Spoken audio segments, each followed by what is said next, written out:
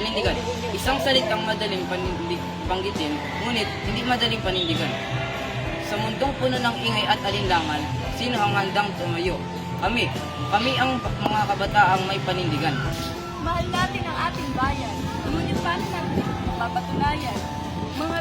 Mga daing ay ayaw pakinggan. Mga dukha ay humihingi ng katarungan. Pisngi ng bayan ay ating pasan-pasan.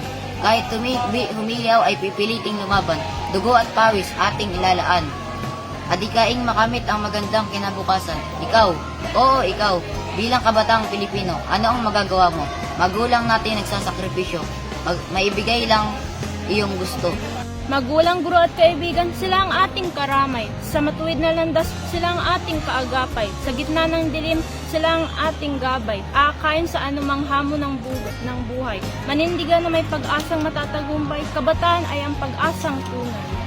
At kung may magsabing masyado pa kayong bata, ngingiti kami, ngumiti tayo. Kat ang pagbabago, hindi nagsisimula sa ilan, hindi rin ito nagsusukat sa lakas.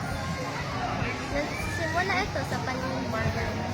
Paninindigang hindi natitinag, sa pusong hindi sumusuko, sa kabataang marunong magmahal sa bayan. Dahil kami ang kabataan, may panindigan at pagmamahal ng bayan.